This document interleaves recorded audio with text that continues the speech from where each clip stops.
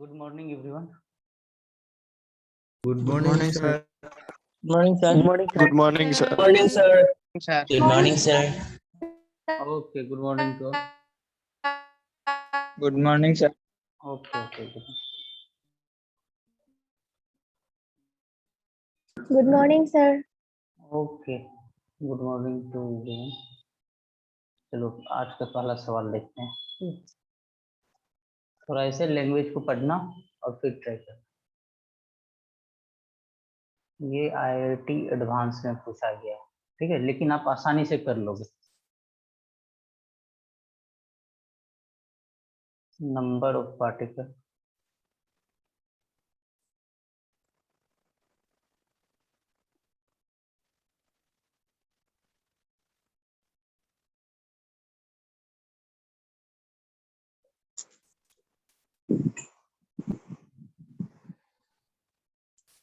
सारे म्यूट कर लो।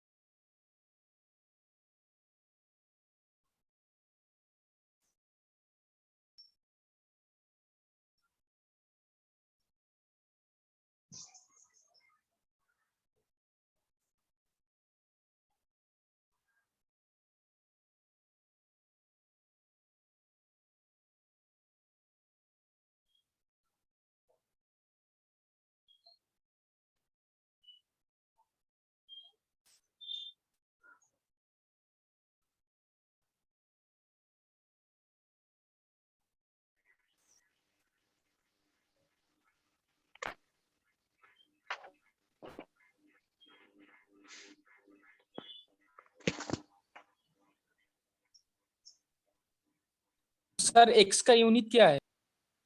म्यूट और अब देखो क्या है कि सवाल को एक बार मैं एक्सप्लेन कर दे रहा हूँ। Number of particle is given by n equal to कुछ फॉर्मूला दे रखा है -d, ठीक ना। फिर -d मल्टीप्लाई हो रहा है n2 minus n1 divided by x2 minus x1 crossing a। अब जो ये तुम्हारा है, ये क्या कर रहा है, crossing per unit area perpendicular to axis per unit time, ठीक है। Crossing a unit area perpendicular to axis in a unit time. बताओ ये किसके बारे में एक्सप्लेन कर रखा है? नंबर ऑफ पार्टिकल n के बारे में। ये वाला स्मॉल n के बारे में, number of particle per unit area into time, ठीक है। फिर उसके बाद n1 and n2 are the number of particle per unit volume, और n1 और n2 का हो गया, क्या लिखोगे, फॉर्मूला हो गया number of particle per unit volume for the value of x mean to x1 and x2। यहाँ पर जो x है, चलो ये फॉर्मूला आपको पता नहीं है, तो यार x जो है आपका पोजीशन है, ठीक है, मतलब आप लेंथ ले लेना इसका, डायमेंशन L ले लोगे। Find the dimension of D called as diffusion constant, ठीक है। एक डिफ्यूजन कांस्टेंट है, साउंड वेव में हम करेंगे। कुछ स्टूडेंट पूछ रहे सर ये क्वेश्चन नीट के लिए इंपोर्टेंट है कि नहीं है? मानो नीट के लिए इंपोर्टेंट है, ठीक है। भले IIT एडवांस में आया, लेकिन कॉन्सेप्ट तो वही है ना। आप करके देखो, बहुत जल्दी आंसर आ जाएगा। इंपोर्टेंट है, ऐसा कोई नहीं है कि नीट में नहीं आ सकता। नावा M naught L L square T to the power minus one L square T to the power minus one. Very good, first answer मिल चुका है, नावा ने सॉल्व किया। अच्छा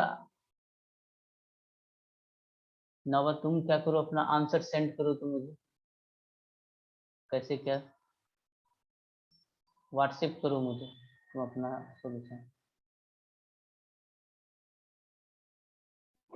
सर डी क्या है यहाँ पे? Diffusion constant. सर इसका मतलब? अरे जैसे कहीं पर s equal to u t लिखा हुआ रहता है ना, s किसको डिस्टेंस को रिप्रेजेंट करता है ना, वैसे यहाँ पर d जो है डिफ्यूजन कांस्टेंट का को रिप्रेजेंट करता है। ठीक है, d को सीधा समझो ना, डिफ्यूजन कांस्टेंट है, वैल्यू है d, वही चीज हमें निकालना है, तो इसके बारे में तो जानने का जरूरत ही नहीं है।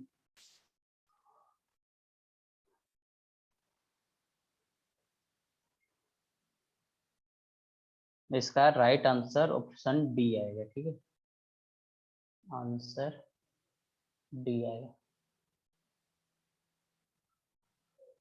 मानो राइट आंसर में। हाँ चलो मैं इसका सॉल्यूशन कर रहा हूँ। देखो यहाँ पर क्या है, number of particle given by, ठीक है, कुछ फार्मूला दे रखा है, crossing per unit area perpendicular to axis in unit time. ठीक है, तो इसे यहाँ पे हम n बराबर क्या लिखेंगे, नंबर ऑफ पार्टिकल। ठीक है, n की जगह पे लिखेंगे number of particle divided by क्या है, unit area perpendicular in a unit time. ठीक है, एक बार नंबर ऑफ पार्टिकल किससे है, एरिया से, फिर उसके बाद किससे है, टाइम से। ओके, लैंग्वेज को पढ़ो, आपको समझ में आ जाएगा। n जो है नंबर ऑफ पार्टिकल, ठीक है, पर यूनिट एरिया इनटू टाइम। यहाँ पर ये लिखा हुआ है, number of particle is a given by crossing a unit area perpendicular to the unit time. ठीक है, समझ आ गया। n कैसे लिखा हो, n का डायमेंशन लिख लो। n का डायमेंशन क्या लिखोगे, नंबर ऑफ पार्टिकल, नंबर क्या होगा, मान लो 100 पार्टिकल है, 2000 पार्टिकल है, तो उसका तो डायमेंशन क्या होता है, कुछ नहीं होता, चलो 1 लिख लेते हैं। एरिया की जगह पर हम क्या लिखेंगे, एल स्क्वायर, और टी टाइम की जगह पर क्या लिखेंगे, टी के पावर 1। तो ये चीज हमारा क्या बन जाएगा, एल के पावर -2 और टी के पावर 1। यहाँ से हमें एन का डायमेंशन मिल गया। उसके बाद क्या है हमारा, n1 और n2 क्या है, n1 sir and t n2, to the power -1 होगा। हाँ टी टू द पावर -1 होगा। Very good. अब आगे देखो, n1 and n2 are the number of particle per unit volume for the value. हाँ n1 एंड n2 क्या है, number of particle per unit volume. तो यहाँ से लिखोगे n1 एंड n2 दोनों के बारे में सेम ही लिखा हुआ है। n1 और n2 क्या आपस में इक्वल है, जो किसके बराबर है, number of particle per unit volume के। ओके, तो यहाँ पर हम क्या लिखेंगे, 1/L³ लिखेंगे। ओके, तो ये क्या हो जाएगा, L⁻⁻3। फिर उसके बाद the value of x mean to x2 and x1। Okay, तो और ये x जो होता है ना, पोजीशन को यहाँ पर रिप्रेजेंट करता है, तो x1 एंड x2 के जगह पर आप लेंथ ले लो। ओके, बाकी आपको सारा डायमेंशन पता चल गया, तो आपको d का डायमेंशन लिखना है। चलो हम फार्मूला लिखते हैं, जो फार्मूला हमारे पास था n = -d। ठीक है, और हम इधर का डायमेंशन लिख लेते हैं n2 - n1। ठीक है, डायमेंशनल रिप्रेजेंटेशन स्क्वायर ब्रैकेट के साथ x2 - x1, और इधर n में डायमेंशन लगा दो। ठीक है, तो हमें d का वैल्यू मिल जाएगा। अगर इनको सिंप्लीफाई करके लिखो तो आप क्या लिखोगे, n की जगह पर सीधा का सीधा वैल्यू लिख दोगे। n पे कितना निकला, l का -2 और t का -1। ओके इक्वल टू, अब यहाँ पर देखो माइनस होता है, ये प्लस हो या माइनस हो इससे तो कोई फर्क नहीं पड़ता, डी रहने दो, ठीक ना यूनिट पे। अब n2 माइनस n1 है, n2 माइनस n1 है, तो इसे हम ऐसे लिख सकते हैं ना, n2 इक्वल है हमारा n1 का, यही तो हम करते आ रहे हैं, प्रिंसिपल ऑफ होमोजेनिटी यही बताता है कि अगर दो दो हमारा सेम है, ठीक है, अगर एडिशन और सब्ट्रैक्शन हो रहा है तो वो क्वांटिटी हमारा सेम है, तो यहाँ पर कोई एक अपने मन से जो सही लगे वो लिख दो, ठीक है। सपोज हमने यहाँ पर n2 लिख दिया या n1 लिख दो, बात बराबर है, कोई एक ही लिख दो, है ना समझ में। ये आपको बताया था ना, अगर आपके पास 10 पेन है उसमें से 5 पेन सब्ट्रैक्ट कर दो, दोनों सब्ट्रैक्ट हो रहा मतलब सेम थिंग है, अगर इसमें से हम सब्ट्रैक्ट कर दिए तो 5 पेन बचा, आखिर बचा क्या, पेन ही बचा ना, तो और ये 5 क्या है, ये तो कांस्टेंट है, ठीक है, तो इसे तो हम इग्नोर करते हैं, तो पेन ही बचा, इसीलिए यहाँ पे जैसे अब चाहे 10 पेन का लिखो या 5 पेन का लिखो बात बराबर ही है, तो हम यहाँ पर क्या लिखे n2 लिखे, सेम नीचे में x2 माइनस x1 है, और x1 और x2 इक्वल है कि इसके लेंथ के इक्वल, ये नहीं कि एल एल देकर जीरो कर देना, ओके। तो यहाँ से हमारे पास क्या हो जाएगा, एल हो जाएगा। अब हमें डी आसानी से निकाल लेंगे, तो अब यहाँ से हम डी का वैल्यू निकालेंगे, तो बताओ डी का वैल्यू क्या हो जाएगा, एल के पावर -2 टी के पावर -1, और ये इधर गया एल के पावर 1, ठीक है, और n2 का क्या आया था डायमेंशन, इसको थोड़ा सा एक स्टेप और आगे बढ़ा कर लिख दो, n2 का l to the power -3, l to the power -3 divided by l, ठीक है, तो हमने इसको क्रॉस मल्टीप्लाई कर दिया और नीचे में क्या आ जाएगा, l की पावर -3, तो इसको ऊपर ले जाएंगे तो ये चीज क्या हो जाएगा हमारा, टी की पावर -1 रहा, एल क्या हो जाएगा, ये +3 हो जाएगा, यहाँ -1 है तो एल स्क्वायर रह जाएगा, ऊपर एल स्क्वायर रह जाएगा और टी की पावर -1 हो जाएगा, तो इसको अब डायमेंशन के फॉर्म में लास्ट में दीजिए, ठीक है, तो ये क्या हो जाएगा, एम एम कुछ नहीं है तो एम नॉट, एल की पावर क्या है स्क्वायर, टी की पावर -1, तो आपका आंसर कौन सा है, डी पार्ट, ओके। आगे सबको समझ में, किसी को कुछ पूछना है इसमें, हाँ सर डी का माइनस आपने क्यों हटा दिया? डायमेंशन में यहाँ पर चाहे हम पॉजिटिव देते चाहे हम नेगेटिव देते, याद रखना है नेगेटिव और पॉजिटिव का डायमेंशनल में कोई फर्क नहीं पड़ता है, ओके। Okay sir. सर एक बार फिर से समझा दीजिए। हाँ देखो ये क्वेश्चन करने के लिए आपको मतलब क्या कि क्वेश्चन का लैंग्वेज समझ में आना चाहिए, पहला बात, ठीक है। अब जैसे डिफ्यूजन कांस्टेंट होता है, ये जाकर हम वेव वगैरह में पढ़ेंगे, तो अभी हम वो चीज नहीं पढ़े हैं, ठीक है। देखो डायमेंशन तुमसे कहीं से भी पूछा जा सकता है, क्लास 12 से, कैपेसिटर कैपेसिटेंस ऑप्टिक्स से कुछ भी पूछ लो, ठीक है, तो वो चीजें हमें पता नहीं, थोड़ा बहुत हमें अगर कोई इजी है या टर्म हमें इसीलिए इतना सारा चीज ना डिफाइन किया हुआ रहता है, नहीं तो डायरेक्ट आगे प्रोसीड हो सकता है, ठीक। तो डायमेंशन का ये कॉन्सेप्ट है, तो पूरा का पूरा डायमेंशनल एनालिसिस आप क्लास 12 के बाद ही सीखोगे, ओके।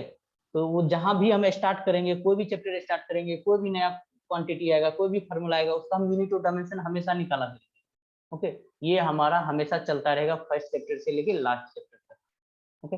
अब देखो हम क्वेश्चन के ऊपर आते हैं, number of particle is a given bye, ये जो n है यहाँ पर ये क्या दे रखा है, number of A particle is given by n बराबर -d, ठीक है, n2 - n1 divided by x2 - x1, ठीक है, crossing crossing a unit area, ठीक है, नंबर ऑफ ए पार्टिकल, यहाँ से पढ़ो, नंबर ऑफ पार्टिकल जो है ये क्या कर रहा है, क्रॉसिंग यूनिट एरिया, ठीक है, perpendicular to x axis in unit time, यही हमने कहा, जैसे यूनिट लिख दे ना, पर यूनिट टाइम, जैसे बोलते हैं ना तुम स्पीड में, पर यूनिट टाइम, ठीक ना, ये पर यूनिट क्या होता है, किसी चीज में हम डिवाइड कर रहे हैं, तो यहाँ पर हम क्या कर रहे हैं, नंबर ऑफ पार्टिकल पे हम डिवाइड कर रहे हैं किसको, एरिया को और टाइम को, तो दोनों में एरिया और टाइम डिवाइड होता है, एरिया और टाइम तो एक साथ आ जाएगा, तो number of particle divided by area into time, तो यहाँ से हमने n का डायमेंशन निकाल दिया, ओके।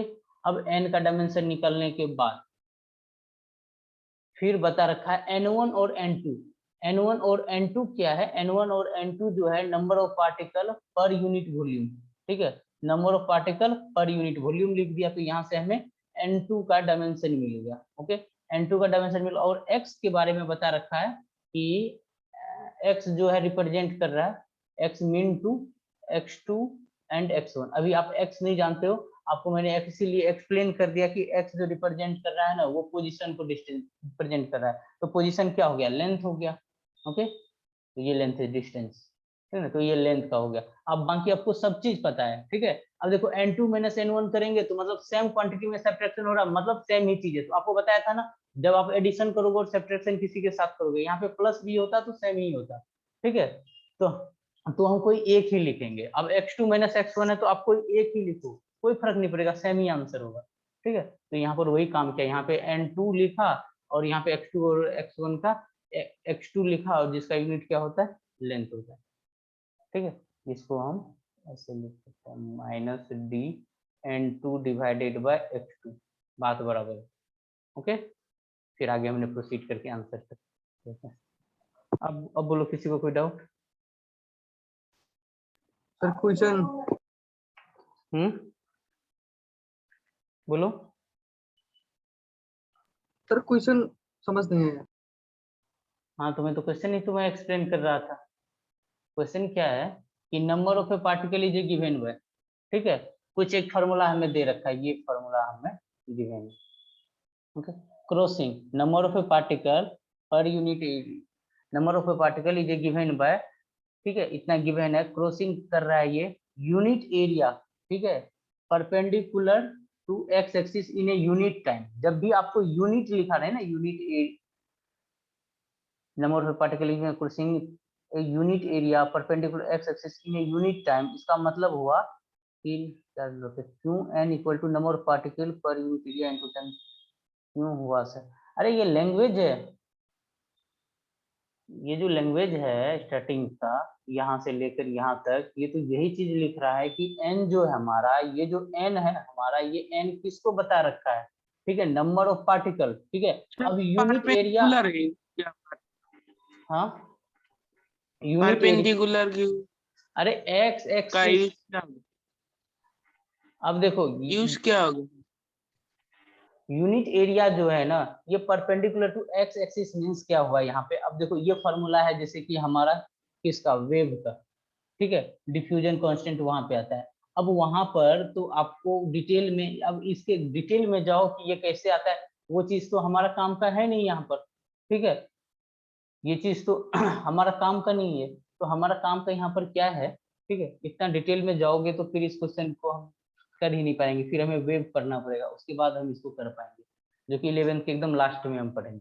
अब यहाँ से आपके लिए क्या मतलब इम्पोर्टेंट है, आप क्या क्या पार्ट जानते हो, बस उतना जान लो और डिटेल में मत जाओ, ठीक है। जैसे आप n के बारे में जान लो, n2 क्या है जान लो, x2 क्या जान लो, तो d का वैल्यू निकल जाएगा। ये तीन के बारे में आपको बता दूं तो यहाँ पे n के बारे में यही है कि n जो है नंबर ऑफ पार्टिकल, ठीक है, यूनिट एरिया, ठीक है, number of particle unit area into time. Okay, अच्छा आप लोग परेशान मत हो, अगर आपको समझ में नहीं आ रहा है ये, तो n के बारे में ये फॉर्मूला जान लो कि यहाँ पर जो n होता है, n हमारा ये होता है, जैसे आप कहीं पर आता है ना फोर्स आता है तो आप बोल देते हो मास इनटू एक्सीलरेशन है, सेम n ये होता है। ओके,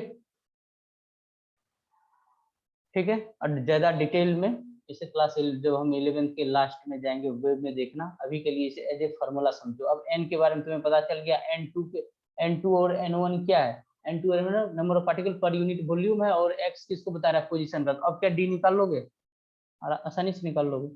ओके, ठीक है, सर एक्स का एरिया एक्स टाइम का डायमेंशन L2 T1 मतलब कैसे हुआ?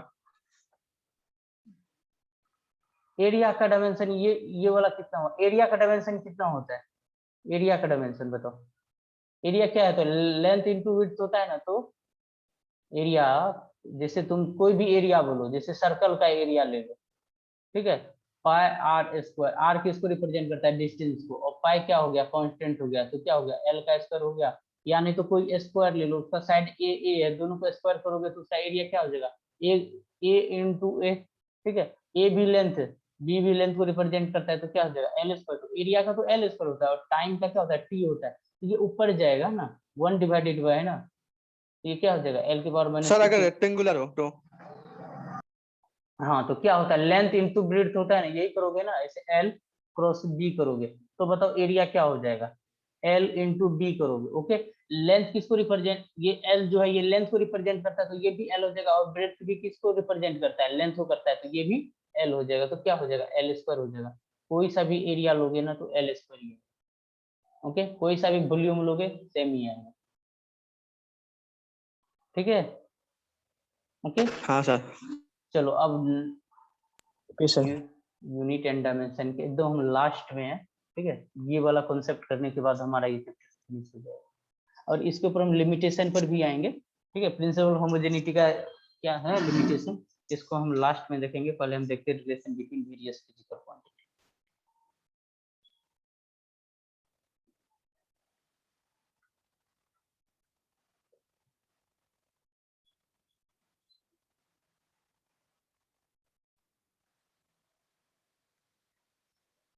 चलो अब इसको भी हम सवाल के थ्रू, इसके ऊपर फर्स्ट सवाल, the time period of simple pendulum as calculated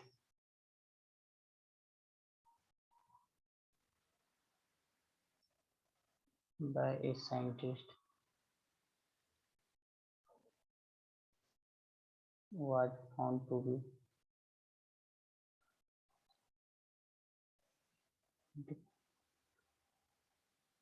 dependent on the length of pendulum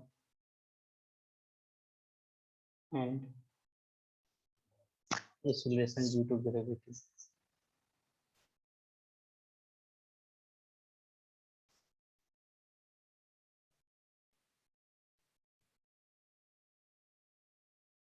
Find the relation.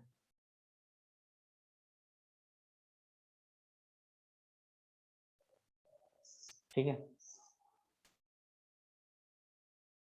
अब देखो यहाँ पर क्या है, the time period of a simple pendulum was calculated by scientist was found to be. जब time period निकाला गया, ठीक है, इसको कैलकुलेट किया गया, तो साइंटिस्ट ने क्या पाया, ये किस पे डिपेंड कर रहा है, लेंथ ऑफ द पेंडुलम पे and acceleration due to gravity पे, और फिर रिलेशन पूछा गया। तो आपको क्या करना है, पहले देखना है कौन किस पे डिपेंड कर रहा है। तो यहाँ से क्लियर पता चल रहा है कि टाइम किस पे डिपेंड कर रहा है, ठीक ना, टाइम किस किस के ऊपर डिपेंड कर रहा है, लेंथ पे डिपेंड कर रहा है, और बताओ टाइम किसके ऊपर डिपेंड कर रहा है, जी के ऊपर डिपेंड कर रहा है कि नहीं। तो इसको डायरेक्टली प्रोपोर्शनल करके लिखा sir, what is pendulum. Okay, देखो हम क्या करते हैं, पेंडुलम को एक्सप्लेन करते हैं। ये हमारा एक सरफेस है, मान लो रफ का सरफेस है, ठीक है, और यहाँ से ऐसे करके एक स्ट्रिंग के थ्रू नीचे में एक बॉल को लगा दो, ठीक है, स्मॉल बॉल। फिजिक्स में ये जो स्मॉल बॉल होता है इसे हम बॉब भी बोलते हैं।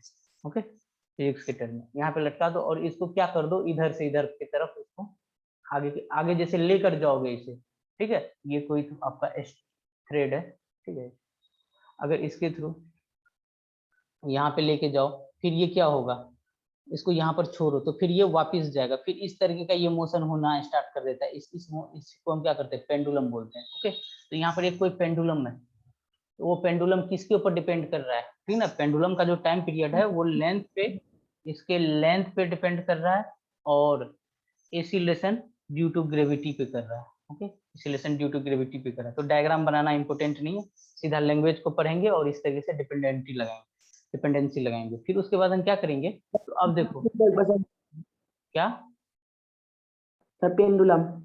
हाँ, पेंडुलम क्या होता है, अरे पेंडुलम जानने का जरूरत ही नहीं है हमें, पेंडुलम सिंपल जान लो ना, कि कोई एक हम थ्रेड के थ्रू, ठीक है, कोई एक स्ट्रिंग है हमारा, उसके थ्रू ऐसे करके लटका दिए, नीचे में कोई चीज लगा हुआ है, सपोज एक बॉल को लटका दिए, तो उसको हिला कर देखो ना, तो वो तुम्हारे लिए पेंडुलम हो गया है, समझ में। अगर आई कार्ड तुम पकड़ लो, ठीक ना, आई कार्ड के एक ऊपर में पकड़ लो, तुम्हारे पास आई कार्ड होता है ना, कॉलेज आइडेंटिटी कार्ड, तो उसको घुमा कर आगे करके छोड़ दो, तो वो एक टाइप का पेंडुलम हो गया, ठीक है, वही एक पेंडुलम है जिसका टाइम पीरियड कैलकुलेट किया गया, तो वो लेंथ और जी पे डिपेंड करता है। ओके, अगर हम इन दोनों को एक साथ लिखेंगे तो क्या बोलेंगे, ये दोनों हमारा किस पे डिपेंड कर रहा है, ठीक है, एल पे भी कर रहा है और जी पे भी कर रहा है। ओके, और ये जो किस पावर से कर रहा है, ओके, अब यहाँ पर ये प्रोपोर्शनल हो सकता है कि हमारा एल पे कुछ पावर हो, तो हम करते क्या है, अपने मन से कुछ भी मान लेते हैं कि चलो इसके पावर जो है ना हमारा ए, इसके ऊपर ए पावर है, इसके ऊपर बी पावर है, मान लो आप एक्स वाई मान लो, पी क्यू मान लो, ठीक है। हमने ऐसे ही बोल दिया इसके पावर ए है, इसके पावर बी है। अब देखो डायरेक्टली प्रोपोर्शनलिटी हटाने के लिए हम क्या यूज करते हैं, कोई एक कांस्टेंट, ठीक है, इसको हटाओगे तो कोई एक कांस्टेंट, यहाँ पर के कांस्टेंट है, तो ये हो गया एल के पावर ए जी के पावर बी, और ये के किसको रिप्रेजेंट कर रहा है, कांस्टेंट को। ओके, और बताओ कांस्टेंट क्या होता है हमारा, कोई भी कांस्टेंट जो होता है वो डायमेंशनलेस क्वांटिटी होता है, आप ये अच्छे से जानते हो, कोई भी हमारा कांस्टेंट है तो वो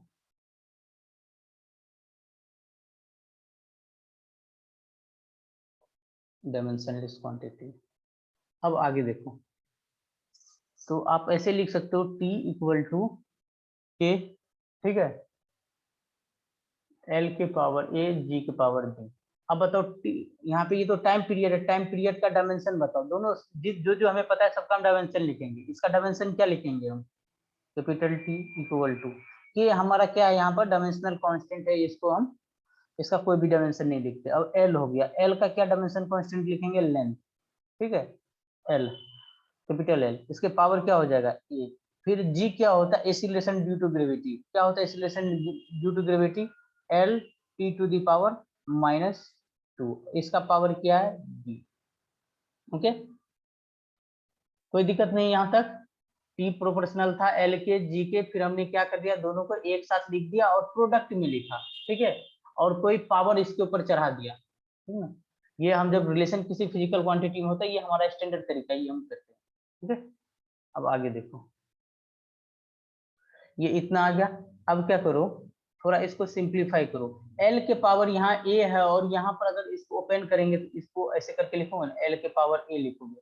अगर इस यहाँ पर पावर B है, अगर इसको ओपन करेंगे तो L के पावर क्या लिखेंगे, B लिखेंगे, फिर T के पावर क्या लिखेंगे, -2 भी लिखेंगे, ऐसे करके लिखेंगे।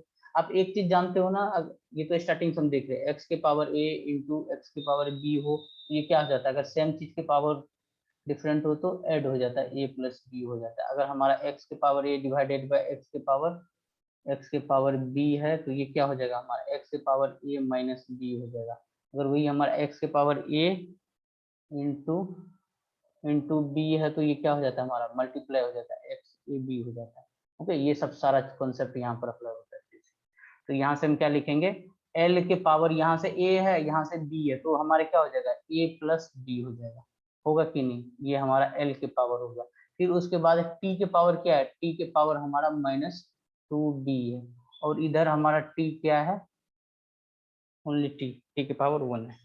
ओके, अब क्या करना है आपको, कंपेयर करना है दोनों साइड में।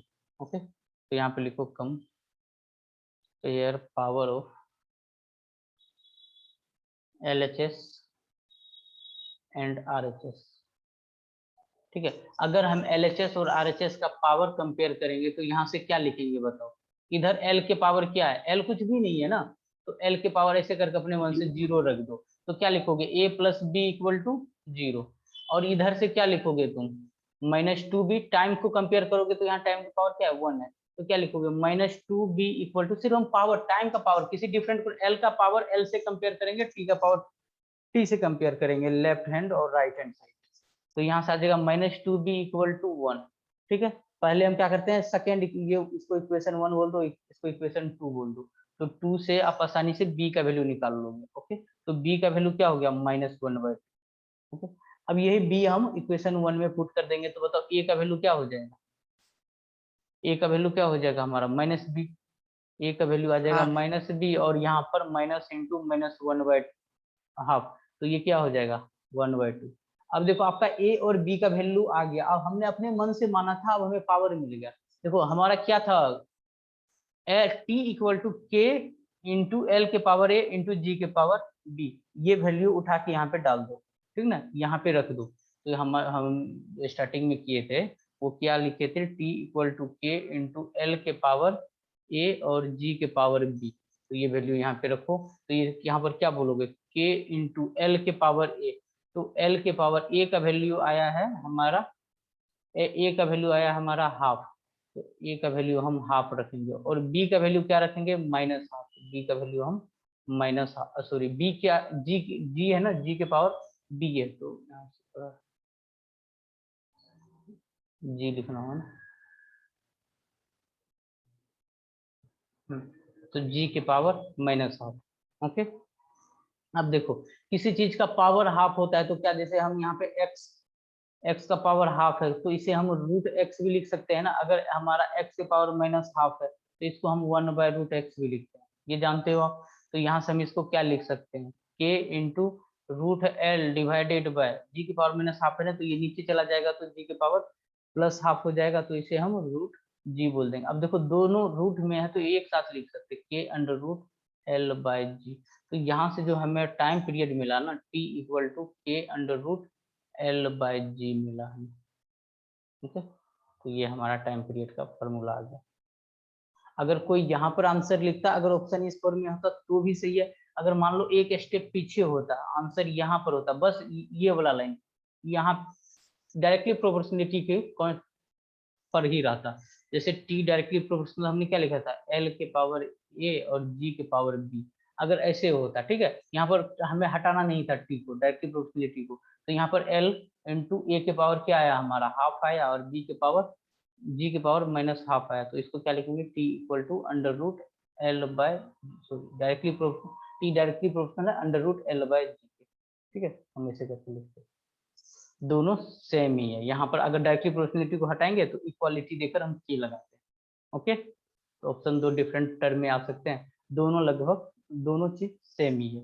मतलब समझ में आया तो एक बार मैं फिर से रिपीट कर दे रहा हूँ, ऐसे सवाल को क्या करोगे, ठीक है। एक बार ध्यान से सुनो। सबसे पहले देखो कौन क्वांटिटी पे कौन कौन डिपेंड कर रहा है। तो यहाँ पे हमने पढ़ा कि the time period of a simple pendulum as calculated by scientist is found to be dependent on the, ठीक है। तो आपको क्लियर नजर हो गया कि टाइम डिपेंड कर रहा है लेंथ पे, depend upon length of the pendulum and acceleration due to gravity, G पे कर रहा है। फिर हम सर k इक्वल टू 2π, हाँ, तो अभी हम वो के ऊपर कांस्टेंट के ऊपर नहीं जाएंगे, अब ये चीज आप पढ़ोगे, ठीक है, एसएचएम के अंदर पढ़ोगे। के का जो यहाँ पे वैल्यू होता है ना 2π होता है, आपने बचपन में अगर कभी पढ़ा हो तो टाइम पीरियड का फॉर्मूला था 2π√L/g होता है, ठीक है। हाँ चलो हम अपने सवाल पे आते हैं, अभी हम यहीं तक छोड़ देंगे, हमें के का वैल्यू निकालना नहीं है।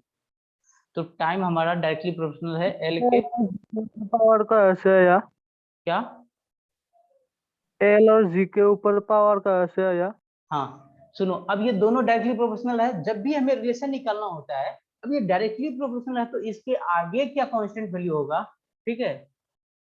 अब जैसे तुम्हें बोल दिया गया है कि, ठीक है,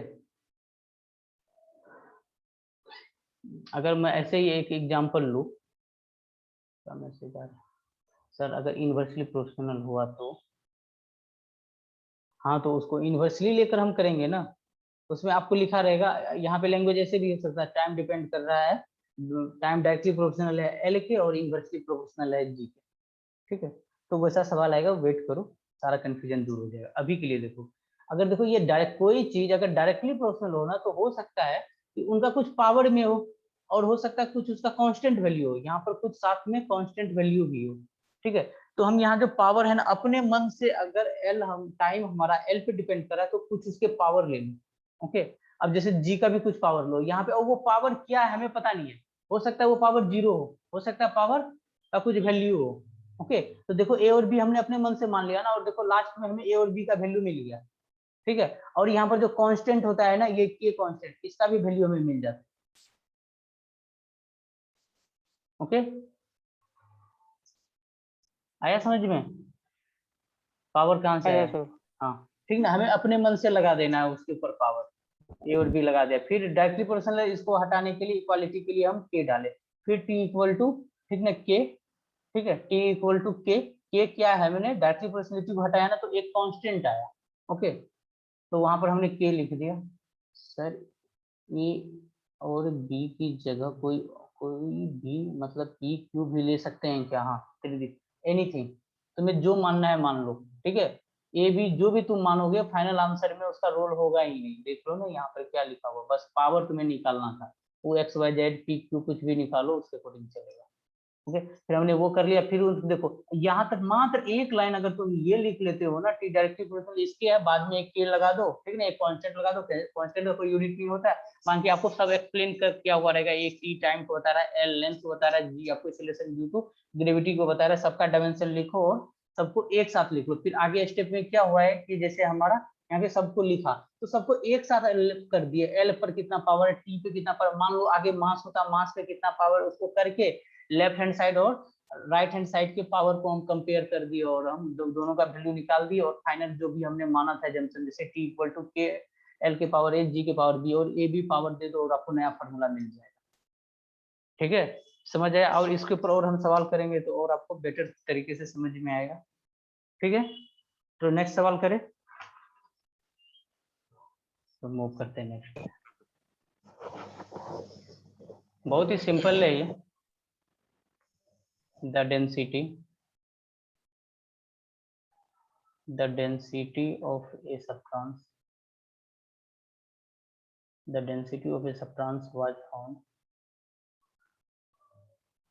was found to be dependent on mass of substance and the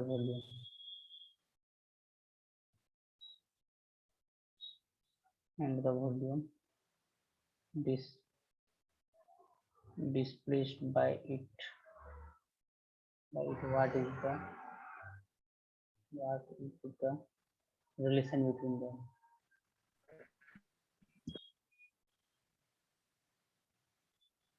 अच्छा, एक चीज आप लोगों को बता दो, टाइम आउट होने वाला है तो वापस से जो लिंक आपको मिला है उस पर कनेक्ट हो जाना, जो मेरा लिंक है। ठीक है, तो फिर सर मेरा एक अलग क्वेश्चन था सर, रिपोन, हाँ पूछो क्या क्वेश्चन था। हाँ, तो इस क्वेश्चन को मैं एक्सप्लेन कर दूँ आप लोगों को। The density of substance was to be found to be depend on, अब डेंसिटी किस पे डिपेंड कर रहा है, मास ऑफ सब्सटेंस पे and the volume displaced by it, volume पे। सीधा जानो कि डेंसिटी मास और वॉल्यूम पे कर रहा है तो क्या रिलेशन आएगा, बाकी आप रिलेशन निकालो। सर डायमेंशन निकालने का क्या अर्थ है, हम डायमेंशन क्यों निकालते हैं? ठीक है,